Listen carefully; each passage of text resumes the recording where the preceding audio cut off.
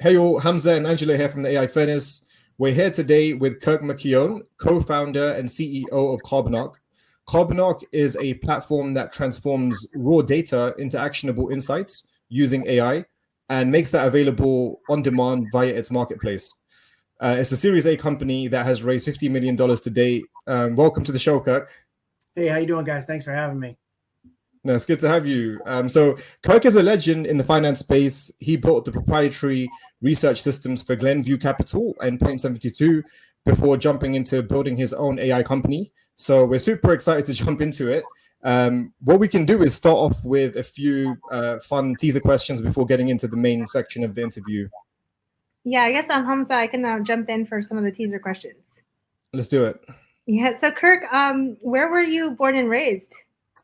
I was born and raised in Medford, Massachusetts, which is right outside of Boston. It's technically Greater Boston.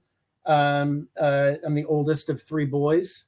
I went to Gleason School for up until sixth grade, and then I went to a school called Belmont Hill, and then I went over to Harvard, and then I spent my career on Wall Street up until Carbonark. So stayed close to home for first 28 years of my life, and then there's my accent, and then moved to New York. That's awesome. Yeah, and we actually host a lot of things in Boston. What brought you over to the New York side? It was time to leave. I had been in Boston for sort of high school, college, and business school. I went to MIT for grad school. I did Sloan 03 to 05, and between Harvard and Sloan, I worked at Tudor Investments, which was on Rose Wharf down at the Boston Harbor Hotel, which was a great first job out of school. But lived in Somerville on the North End and everything else. Oh wow, no way! it was time to go after I had been there for a bit and wanted to move to New York. I wanted to work on Wall Street. That's cool. Awesome. So we actually asked this to most entrepreneurs, but was Carbonark your first business? It actually was. I was. I spent most of my career, sort of working in. I call myself an entrepreneur, which means I built businesses inside of larger organizations. So at Glenview, I built a proprietary research business for Larry Robbins and had a great experience building and learning there. And then I had the opportunity to go to SAC Capital in 2012 to work for Steve Cohen, and sort of got to build a bunch of stuff over there over an 8.5-year period, and really grew up at those places and learned a lot. But I was an entrepreneur, which meant I had a captive customer base.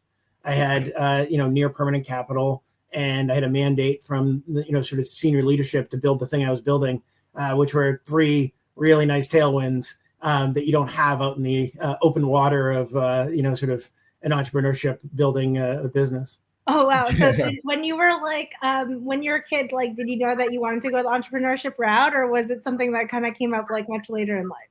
No, it came up, sort of, when I was building, sort of all these research businesses at these firms, I was early to that game. I was centralizing and building research functions on the buy side in investment management when a lot of people weren't doing it. And so I had to have a lot of conviction in what I was doing, and I also wanted to be the best at it. And so I spent a lot of time really thinking about the problem that we were trying to solve and the problem that needed to be solved.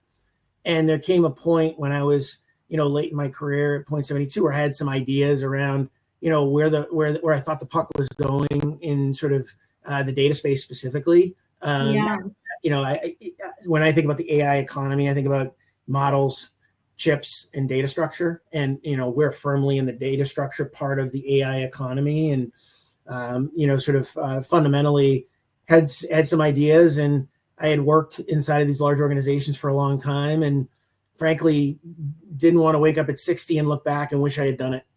Absolutely. Yeah, we completely get that. I was a 44-year-old startup guy, you know what I mean? Which No, those are good though. That's not necessarily a bad thing. I guess the insights you get from industry can make the biggest difference as well. But that must have been a big, crazy jump going out into the waters of out of entrepreneurship to entrepreneurship. How was that journey? It's from a career perspective, it's been the hardest thing I've ever done. There's something about building a business in data, where data turns into insight in however form, you're building a content business, right? And so in order to build that, it takes sort of a couple of years for it to be performant, right? Like you don't just set up a data business. And we're trying to break the way data is actually paid for and valued. We think that for all the data that exists in the world, very little of it makes it in the hands of decision makers, whether that be a human figuring out an inventory model for an automotive line, or an AI model figuring out a customer success framework. Fundamentally, sort of those models are making decisions or making predictions of decisions, and it needs better data to inform that, right? So we believe that sort of there's not enough data flowing through the system to actually inform all the models that need to be built, and that's because supply and demand are too far apart. But in order to change that, you have to lean into the old way, build the thing, and then transform the way it's bought and sold after you've built the thing. You don't just walk in and say, hey, we're going to do this different. You got to build it. Yeah, absolutely. And building a platform is hard because you got to build enough of the platform to build products that show people that it works. And then you have to continue to build the platform to have it be scalable, automated, and sort of end to end. But you also you have to constantly be dancing between product and platform, and product and platform. You have to get paid along the way, and then you have to raise capital and have a big vision, right? And so it's a lot of nuance. We've had really great partners, and Liberty City Ventures, which is a New York-based hedge fund, investment firm, and sort of they've done a lot in crypto, AI, and data, and they've had sort of really strong hands in partnership in helping us build this. So it's been a brawl. It's been a really long journey to build this thing, but we're in a really good place and having a lot of fun with it. That's amazing. Yeah, it seems like you've had to rethink things from first principles to kind of figure out how to change an industry. So I think that's a perfect segue into starting with the main question, like the simple one, which is, what does Carbonark do, and what problem are you solving? So the way we look at the world, big step back, is we think that every major secular technical shift that's occurred over the last 150 years has improved meaningfully productivity for humankind, whether it be during the industrial age or the mobility age, but what's gone along with that, as you've seen the movement to automated machinery and the movement to cars and planes and mobile phones, etc., you've seen the underlying feedstock to power those also undergo massive transformations. So electricity, petroleum, Moore's law in chips, right? And chip structure. The intelligence age will be no different, right? So Sam Altman coined this the intelligence age. The intelligence age, if you think about the AI economy being models, chips, and data structure, the models need, sort of a data structure that is performant, ratable, liquid for all intents and purposes, and transformed in the same way that electricity was transformed in the 1880s, and petroleum was transformed in the 1920s, 30s, and 40s, right? So if you think about those periods, those feedstocks went through massive technology and logistical transformations. Data is no different, right? And so what we're doing at Carbonark is really attacking that problem, which is we are sort of creating a platform and an ecosystem that sort of takes all the, sort of trapped private data, right? So think about credit card data, invoices, trade claims, payrolls, all of the things that are on every balance sheet at every company in the world. We're bringing it into our exchange. We're structuring it in a graph. So we have, about 75 trillion transactions structured in graph, and we pivot around a core entity structure that allows for either human or agentic, agents to come into our stack, pull down the entity structure that they need, the event structure they need, the KPI off of those two things to inform a decision. So you can look at Dunkin' Donuts and Starbucks credit card data in Boston from 2018 to 2024, marry it with advertising data for those two entities to look at advertising efficacy for both of them. And if you're the Boston Red Sox and you want to price out what your advertising relationship should look like with Dunkin' Donuts, this is an input into that process, negotiation, and feedstock. And it costs you $6, right? So the whole thing that goes underpinning it is we're smashing down the cost of the insight to the marginal cost of the underlying spin. What this should drive is density and velocity of consumption. And where we're making a bet is that there are going to be 1 trillion models in 3 years, and they're all going to need data to power the decisions that they're trying to inform. And did you get this insight into like building this like just through like your last company, or did you see it as like a repeating pattern across like a few companies that you've like worked at? How did you come to this insight? So the way this really formed was, you know, when I worked on Wall Street, you know, I used to buy a lot of data. I bought a lot of data at the firms I worked at, and the way data was bought and sold was a lot like the way you bought equities in the 1930s. Which was a big bag of cash with a wheelbarrow to carry your stock. And it was a block trade. It was really expensive, and market insiders were able to do it, right? That's the way data gets bought and sold. They're really expensive. It requires engineers and scientists to make sense of it, which means that the addressable market for the data that everybody needs to consume is probably 500 qualified buyers in the world. You know, it's financial services, it's business services. If you actually think about it, it's Fortune 100. And then like everybody else is kind of like a data taker, not a data maker, right? And it's because CapEx and OpEx are just not aligned. If you can smash down the cost of capital and the cost of the underlying input to what a model needs to consume, you can actually expand the TAM from 500 to 500,000. And when you do that, you can actually start capturing that long tail of all the different buyers. The historical model that we're using, you know, Carbon Arc is named after the Carbon Arc electric lamps, which were put up by Tesla and Westinghouse back in the 80s. So it's an electrical framework reference. Nice. Where we spend a lot of time is thinking about what happened after Black-Scholes was published in 1973. So in the 1960s, you know, sort of if you look at sort of Chicago and MIT as the two sort of bellwethers of financial engineering development, capital asset pricing model came out during that time, Modigliani-Miller portfolio theory. Everybody was focused on how assets were priced. And the Black-Scholes moment in 1973, we think an AI moment for 2023. So what it opened up was 50 years of massive innovation in the way stocks were bought and sold to remove friction. At the end of the day, what Carbon Arc does is remove friction from the process of data asset owners finding data consumers to make sure that the consumers get what they need and pay what they can afford, and the data asset owners get paid for their IP. So we are just removing friction from that process in a markets-based approach, because we believe that, you know, sort of all we're seeing right now on Main Street is what happened on Wall Street over the last 50 years as the quant industry emerged.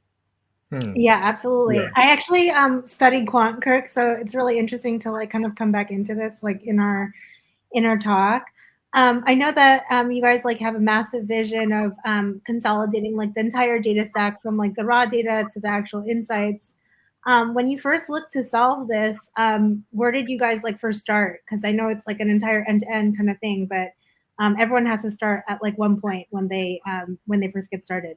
Well, we started where all the great, you know, at the end of the day, like I've always worked in sort of research. So I always start from the research problem, and then data is just a tool to inform a decision, right? At the end of the day, we're not trying to get everything right. We're trying to improve our hit rate on getting everything right, right? So what it does is it actually changes the conversation. Like the difference between good and best in the world is 10 seconds or 150 basis points, right? And so, you know, like if you start to break down the world in that way, it makes everything more consumable. But where we started is very frankly, you got to start in the U.S. and you got to start with the consumer, because 70% of GDP in the U.S. is consumer or B2B, B2B2C or B2C, right? And so, and then when we started from there, it was like we were starting right after COVID. So we started around how people spend their time. Because at the end of the day, share of attention, share a wallet, share a balance sheet, and then how businesses interact with one another is the entire global economy. That's it. Right? From a micro perspective. I don't play around with macro. Macro is an event you respond to. It's not something you necessarily predict. And fundamentally, we started building a data asset that informs how people spend their time, because everybody's fighting for eyeballs. It was timely. There were a lot of companies that started to do really well during COVID because of all the time people were on the couch, and then understanding that flow through. And then we built into sports, entertainment, and music. That was our first beachhead for customers, right? So our early customers were not in financial services, we're not in business services. It was really, sort of in sports, entertainment, and music. And we That's built. wild. Why did you start there? I know you came from like a financial background. Some of it was, had a non-compete, and so wanted to stay out of the space and respect, sort of my relationships there. And a lot of those relationships are now customers and stuff like that. So I have sort of navigated that really well, and I have great relationships with all my former employers. They're sort of close business friends and associates and all that fun stuff. But started there because we had a lot of visibility into, we had some really good data in, sort of video and entertainment and sports. Our first customer was a Hollywood agency. Oh, wow. Really cool. Wait, so this is actually one of the questions that we wanted to dive into. Hamza, I don't know if you want to. Yeah, so like, mention it. And by the way, they're one of our best customers. They're still with us, and they're a data forward, really thoughtful, sort of agency that's doing everything from helping, sort of their stars figure out which brands to partner with, to where concerts should be, to making pitches on, getting them sort of content on, sort of different platforms. So we have a great relationship with those guys, and they're super great thinkers and really data forward, and have been great partners. Yeah, one of the things we love asking founders is, how did you get your first customer? Because one of the key things we've seen is that getting your first customer, one of the best ways is to draw on your existing relationships. So your situation must have been weird, because from what you said, you couldn't rely on your relationships with the financial industry because of the non-compete. So how did you get this first customer in Hollywood? It actually came out of a prior relationship from the street. Okay. I got the introduction and the blessing and all the things, which was great. But did you have to show them something beforehand? So let's say you said you started from the research side of things, because that's how your brain works now. Did you start the marketplace first, or the actionable insight side first, or the data? Okay. So you got to like, at the end of the day, the reason we focused on the way data is bought and sold generally is like sort of CapEx licenses, and you're starting to see people try to move to consumption, right? It's hard to break that sort of that paradigm, especially for companies that have existing license agreements, because the switch is actually really hard to go from license to consumption when you're used to these big tickets, right? We started off literally with sort of multimodal insights. The idea being, sort of in order to digitally transform categories and industries and companies, you need to come with multiple inputs that they're not getting today. So there's got to be differentiation. It needs to be accessible, and it needs to be relevant. If you have those three things covered, you have a data business, right? And it has to improve hit rate, slugging percentage, or sort of number of at bats, right? So like those are the three things you need to improve against, and then you need to be relevant, differentiated, accessible. So we put together enough data to be dangerous in 2021 and early 22. We got our first customer in 22, March of 22. We got sort of, call it 36, 37 right now. And that customer, sort of there was a lot of pedaling the bike. So it wasn't fully automated. That's the other thing when you have a platform build and an insight build. And even when we launched our first UX, it was dead on arrival. Right. It wasn't accessible. Right. So like we've gone through like every founder mistake that I could have made, I made. Right. I've got, sort of like getting feedback when something was a brick and it wasn't working, breaking it, doing it. And what was your pitch to that initial customer? Was it that, look, you've got all of this data, we're going to help you figure out the insights from it using AI, or like what kind of pitch did you go to? It wasn't even using AI. It was just because, at the end of the day, sort of it was more just, we've been doing machine learning and things in the back the whole time. The whole sort of AI game is really, we were doing NLP at, sort of at old firms years and years and years ago. Sort of fundamentally, it was more just, we've got differentiated data. We'll be night vision goggles for you. We're going to help you see things you can't otherwise see. to help make better decisions in your business and help you guys, digitally transform your business. Sort of, and that was the pitch, and we were a known quantity, and so it was a really great sort of tie up with those guys. And where a lot of the early use cases was really around helping folks figure out who their audiences were to go after, on Facebook or things of that nature. So the ad supported component was an early use case. For ads, you're saying. So like the data can tell them who the customer is so that they can do more targeted ads. Wow. That's exactly right. That's where a lot of our early use cases were. Low hanging fruit to get reps and at bats and get our data to the right place. Because the other part is getting this platform to work. It's not just the tech; it's also the data on top of it. It's got to be clean, tagged right. It's got to remember it's graphed. This is all we built in Neo4j, right? So like we forked Neo4j and Iceberg really early, and sort of all of our tech stack is proprietary. We didn't build anything in Databricks or Snowflake. Okay, and so you, in terms of the platform now, so you have the data marketplace.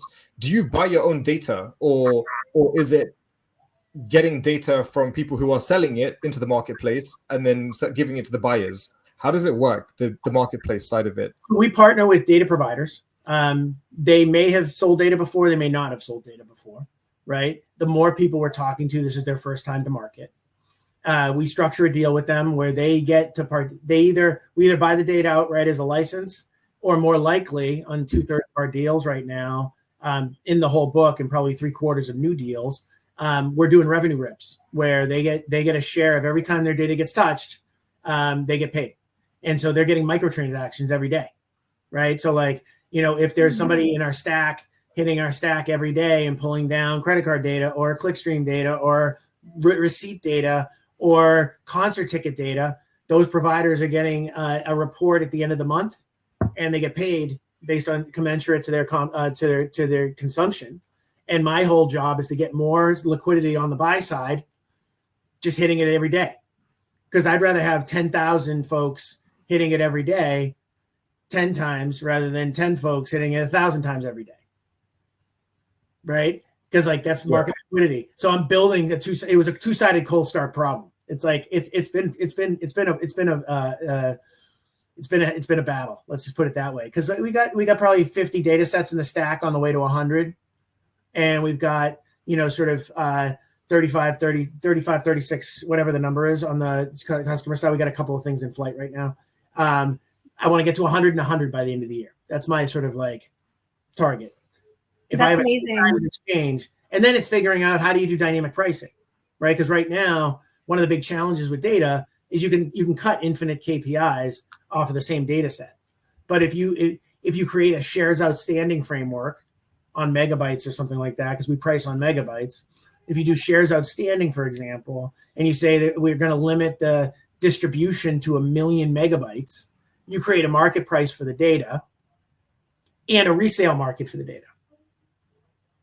A secondary market. Yeah. Okay. After somebody uses the history, they can push it. Wow. That's some of the stuff that we're starting to play around with, and that gets an incremental rip back to the provider. Because at the end of the day, the guys who should be making the most money shouldn't be the guys building the models. They should be the guys that own the data assets. Yeah, the IP owners, right, and the data owners. Yeah, that's right. I think the two things that really stood out to me is that this can democratize data access to not just the big companies, which it has been historically, but also to small companies. Everybody.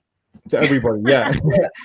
So that's one of the revolutionary things. The other thing is that the actual insights themselves, does that make it more efficient on the company side, where they don't need to have like a lot of crazy resources on the data side of things? So it kind of makes it more efficient for them as well. Makes it more efficient, right? And so like if you think about it, right?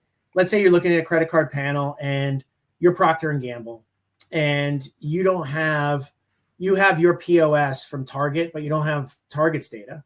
If you're not buying a card panel, you can pull down Target data from us. You can pay for what you consume.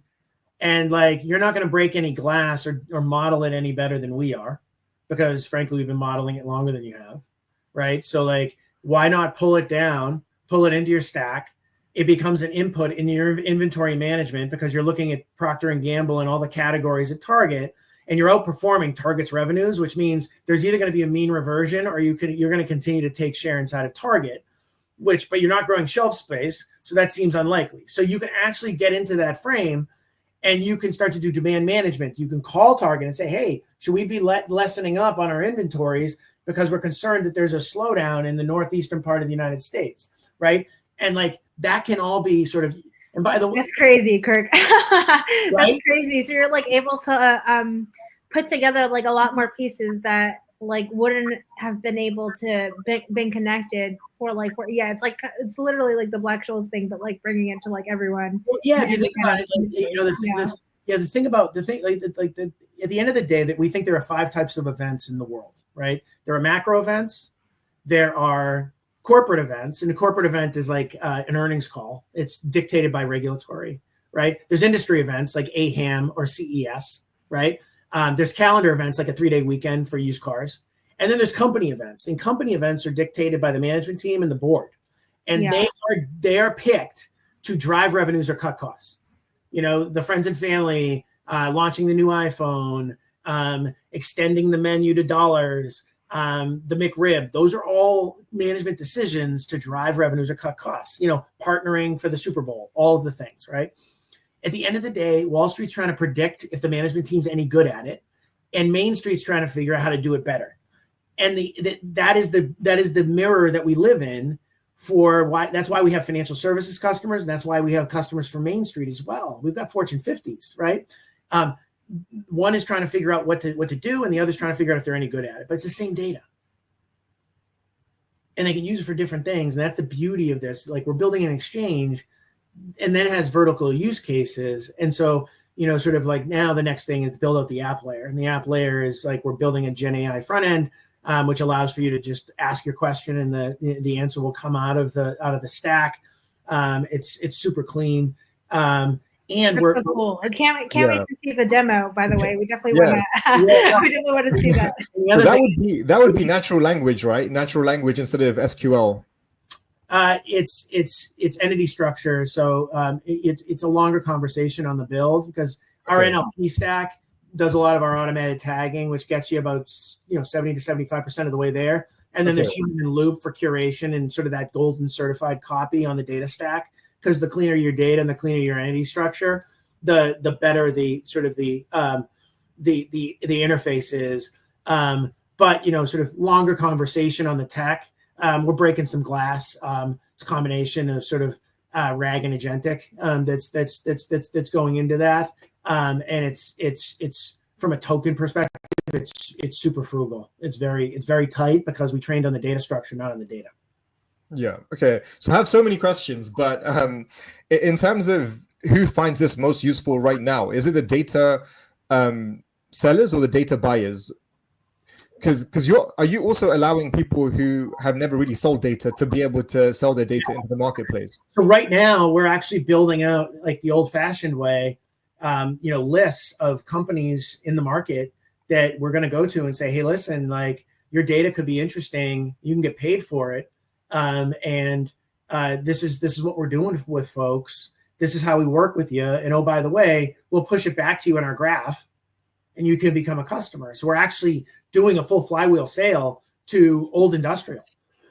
And we're targeting housing and autos because those are great spaces.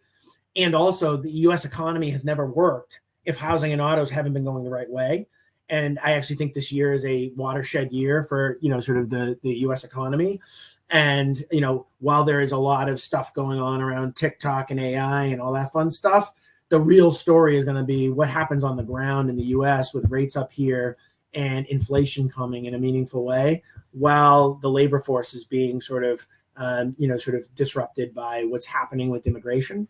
And so there's a lot of currents that are moving around that, sort of have nothing to do with sort of, the stuff we talk about all the time, which is TikTok and DeepSeek and everything else. Mm-hmm. And that's where we're spending a lot of time thinking about data assets is how do we help those guys monetize and then push back to them. That's where the real problems are, like real industries, which are old school industries that have real problems, right?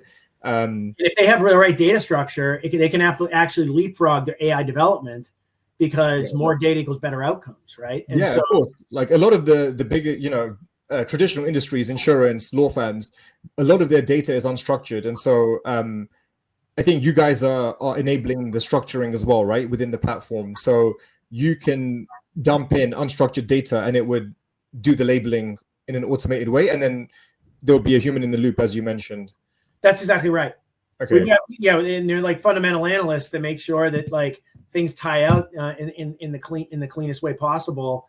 And, we do a verification and everything else, because at the end of the day, the other thing that's really nice about the business is like, just like we have this entity structure around companies, brands, people, and locations, which is super clean. Fundamentally, there are only 4 market structures and 9 business models in the world. And they all have rules. So like, you don't have to say it's the global 2000, it's actually 4 market structures and 9 business models. And you're automatically creating another fishnet filter that allows for you to start to, you want to just cut down the number of branches that a model needs to prune. That's the whole game. Yeah. You want to get the binary outcomes wherever you can, because that's what high frequency trading is. High frequency trading is just binary outcomes and microstructure. If you can get to that level, then agentic AI really starts to get really powerful, because it's just millions and millions of orchestrated models. Anyway. Yeah, so this is where I want to go deeper into the next side of the conversation, which is we can get into DeepSeek next, but in terms of AI agents, how do you see that interacting with Carbonark in the future?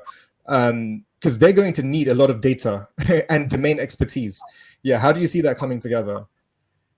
So we're working on, we have a relationship, partnership we haven't gone out with it yet in terms of all the press and all that fun stuff.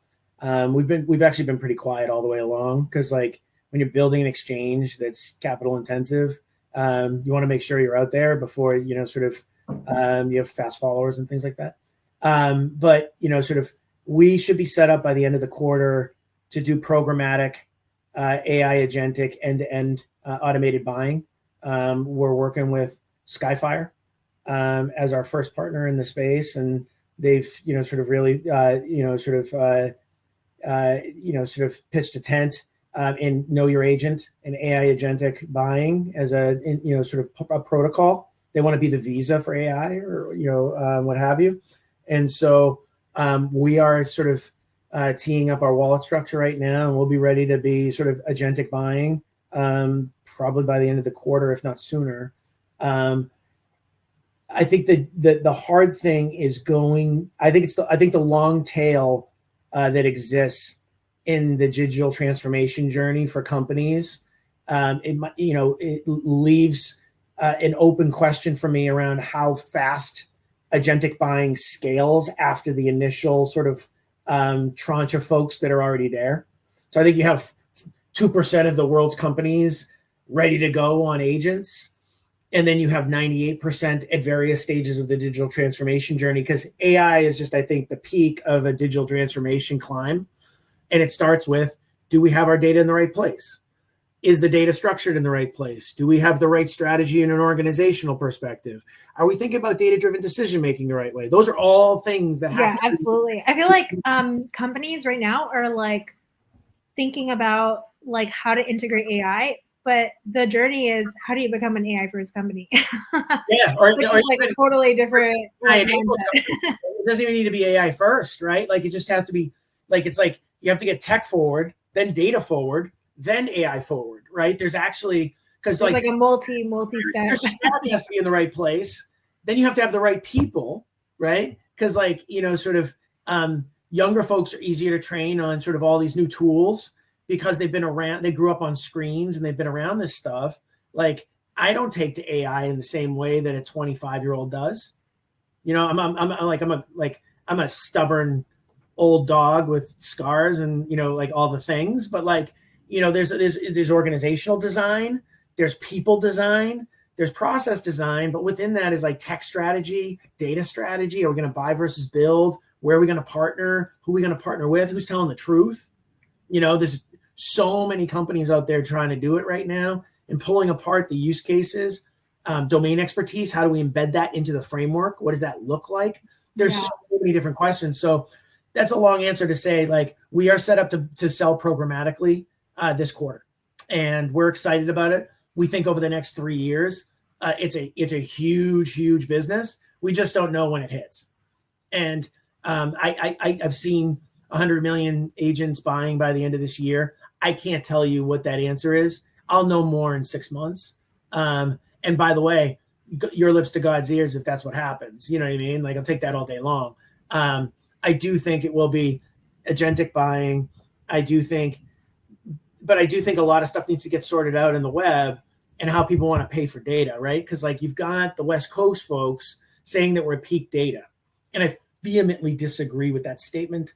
I think we're at peak data you can steal off the web and not pay for it, right? Yeah, like, that's absolutely true. Yeah. like, I think we're certainly at peak there. Yeah.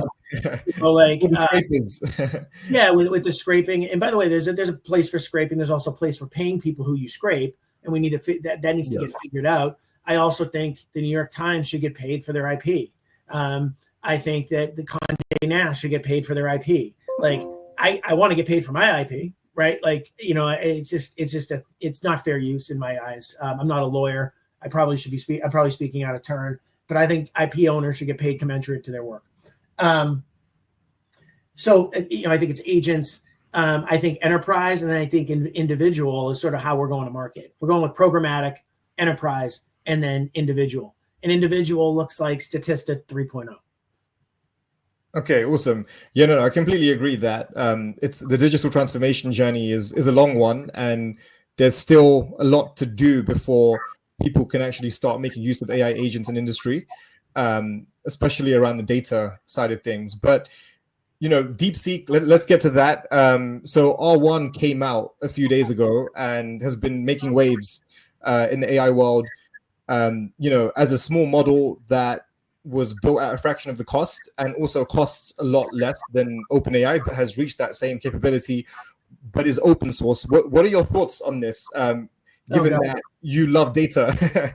I think it's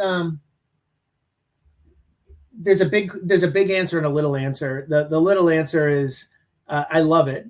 And constraints on a system drive innovation in a way that is quite meaningful and sometimes quite impactful, right? And you know, at a meta level, I do think that, you know, having access to a lot of capital and having access to a lot of things doesn't necessarily enforce, you know, sort of constraints on the system from a frugality perspective, right? The big guys are doing a thing and they have a lot of capital to do it, and so they're doing it, and they're focused on sort of the outcome, not necessarily the outcome at a certain price, because that constraint doesn't exist in the system.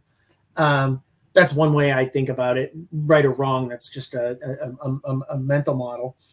Going back, Angela, to what we were talking about a little earlier, in 1983, 10 years after Black-Scholes was published, Goldman launched the first quant desk. And when they launched the first quant desk, if you wanted to trade stock and you were a buyer of stock at a fund, you called the floor of the exchange. A guy with drinking a scotch and smoking a cigarette probably picked up the phone, and you bought 250,000 General Electric shares, and it was $2 a share, human to human. And that was how it was run out, right? And it was 0% of trades on Wall Street were model driven at that time, or very little. Fast forward to today, it's maybe a penny a share. It's machine to machine. 90% of volume on the exchanges are machine to machine traded. And oh, by the way, the number of securities traded has gone up 100-fold. That's what happened. The explosion of innovation was like this. And everything that they did, going from tenths to decimals, right? You know, sort of consolidation of exchanges to lower costs, moving data centers closer, you know, sort of to the exchanges, e-trading, in the box trading, dark pools, ETFs, factors. Those were all innovations to remove friction, right? Yeah. So if you look back to that time, 1990, there were probably 4 major quant funds out there. It was Rentec, DE Shaw, Two Sigma wasn't even around yet. By 2000, there was probably like 1,000 of them. And guess what was happening in 2000? Alphas were degrading. And they needed to find new things to trade. Same thing's now. Crazy. In the movie, right? So like DeepSeek doing this is just jungle economics. It's just survival of the fittest and constraint math, and like it's awesome because it's going to force sort of a renewed focus on other ways to do the same thing from really smart people who are hopefully well capitalized. Now, I don't think it's great for everybody that's piled into closed source, sort of large models. I just think that's a tricky game because when remember like a couple of years ago or a year ago, you saw the acqui-hire of Google of the guy who left, and then there was the acqui-hire out of Microsoft by the guys who were backed by Hoffman. All that was hedge funds buying hedge funds, right? Yeah. Like, these are just hedge funds. They're building models to make better decisions, and they're competing with one another. I'll make the argument that they've been competing on the wrong principles because like big tech went from being a software business to a model-driven business 2 years ago, and they didn't get the memo. And model-driven businesses are the most competitive businesses in the world.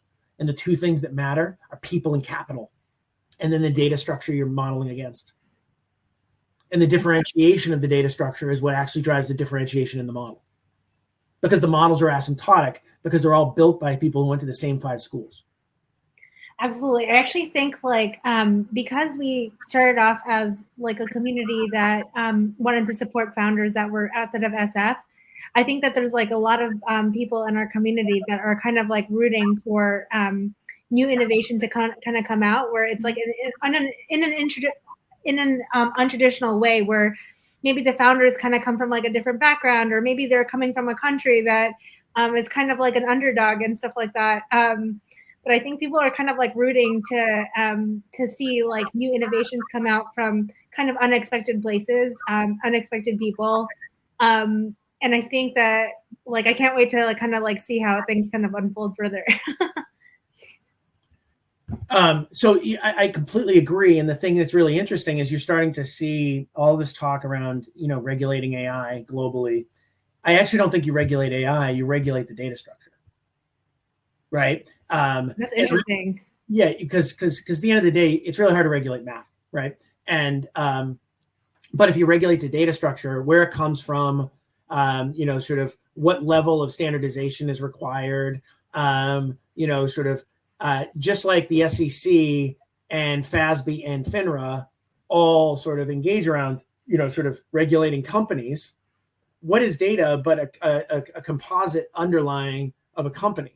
If I have credit card data that informs Target to a degree, that is, sort of a derivative of that corporate structure to a degree. So like, I'm getting into like weird shit like that I don't totally have a handle on, but like, I do think regulating the data structure is actually the way to scale a uniform regulatory framework. And by the way, US capital markets have been a competitive advantage for the US for the last 40 years. Yeah. Agree. And so when you talk about the model-driven versus the model-driven economy, like how do you see that playing out in the future? Do you think everyone will start adopting that model? I think it'll go slow and then fast, right? So like, figuring out how, for first things first, it's like, okay, we have our own internal models on inventory management. So what is inventory management? It is what you are buying, what you are selling, where things are in transit, and how much did you buy in the future based on the past, right?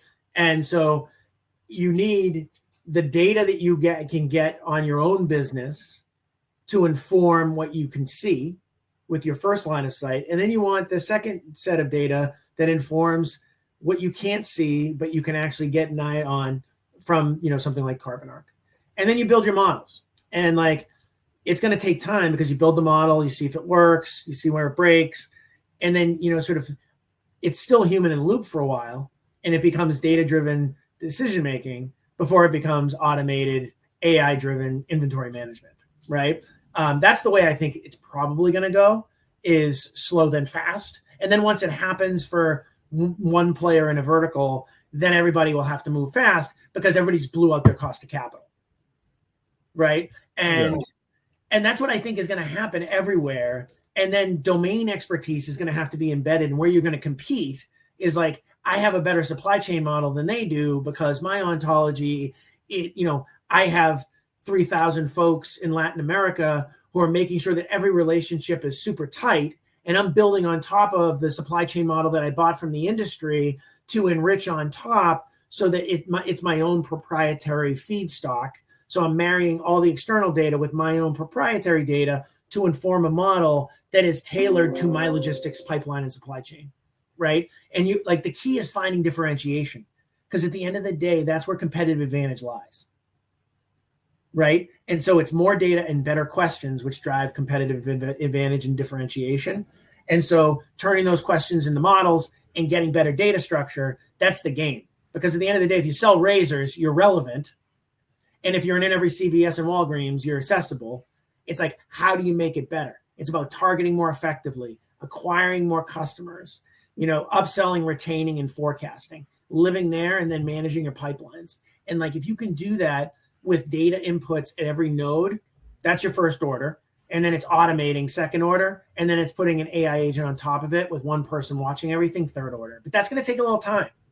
You just have to be patient.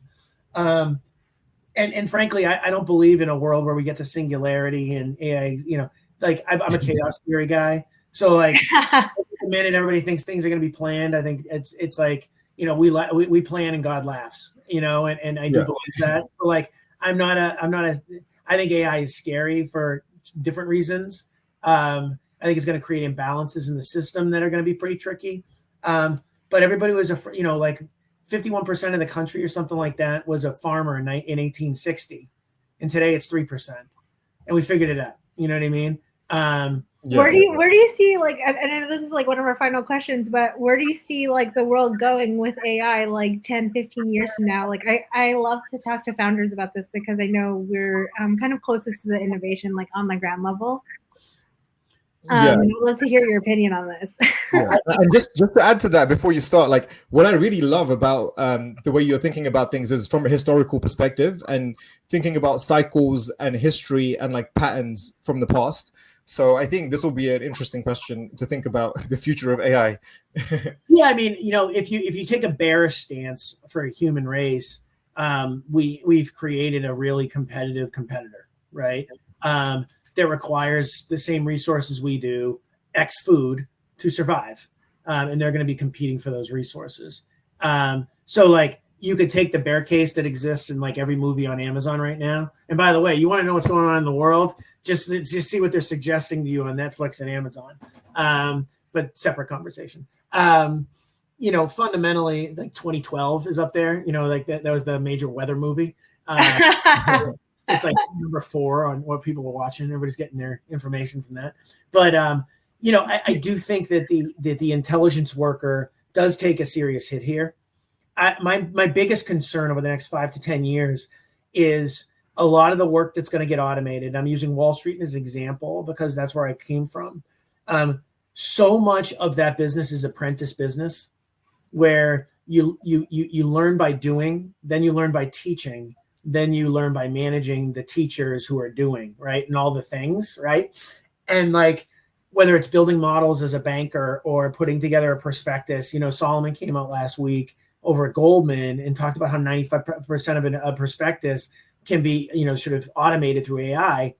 That's really cool from a productivity perspective. It's really bad from a training perspective because there's going to be a domain gap. So everybody who's managing the AIs and making sure they're sort of everything's running right, now grew up in the space. I know when something comes out of a model that it's right or wrong because I just know because I've been doing it for a long time and I've had a lot of experience seeing these things. I could be that's anomalous or that's weird. There's a training gap that's going to occur where people aren't going to be building the models because the AIs are doing it, the agents are doing it, and then they're going to be surface and they're not going to know how a 3-page, cash flow model works. Because they've never done it before. And so like they don't know like how to check it like in the right way. Yeah, no, my wife, Marjorie, is built a literacy platform for ed tech. And one of the reasons she's doing that is because she believes that the way you learn how to read is by reading a real book. Like kids don't learn well from screens, right? And you can see some of the COVID studies that are coming out about sort of screen learning versus non-screen learning and all this other stuff. I think humans are doers, and I think humans learn by doing and rolling up sleeves and getting in the weeds. I do think that is a headwind over the next 5 to 10 years from a training perspective. Where this all goes, I think intelligence work evolves meaningfully. I think the amount of work required. So think about, I'll leave with this. We talk about peak data and peak oil theory. Peak oil theory came out in the 1950s, and it was really when the production curve started to crest and roll over. We're actually not at peak oil even now. We're at peak oil in dollars. So it's a different conversation. But the currency construct, there's plenty of oil. It's just really expensive to get out in dollars, right? That means that the reserve currency is, we're peak oil in dollars. But anyway, what happened between 1925, when the autos really started to expand on the horizon in the US, and 1970, when we went to sort of the petrodollar regime in the early 70s, think about all the technology and logistical innovation that went into the petroleum market. There are trillions of dollars of investment and hundreds of thousands, if not millions of workers around the world, logistics and everything else that touch a barrel of oil before it gets into my Jeep. Right? And that level of integration hasn't occurred in the data structure at all. So I think there's going to be a whole new intelligence framework built around, managing the sort of trillions of megabytes that exist in data that have yet to be unearthed and brought to market. And there's going to be domain specificity, curation that's going to be required. I think you're going to see intelligence work evolve and change into different parts of the stack. Alpha never goes away, it just moves around. Love that. Yeah, no, that's awesome. Well, thanks for sharing that, Kirk. To wrap up, if people want to reach you after listening to the podcast, where's the best place to find you? Kirk, K-I-R-K, at Carbonarc, CARBONARC.co, or 646. Just give me a call. We may have to cut that out for your benefit. Well, excellent. Thank you so much, Kirk McKeown, for joining us on the AI Hot 100 podcast today. Really appreciate it. Thanks so much. Good to see you guys.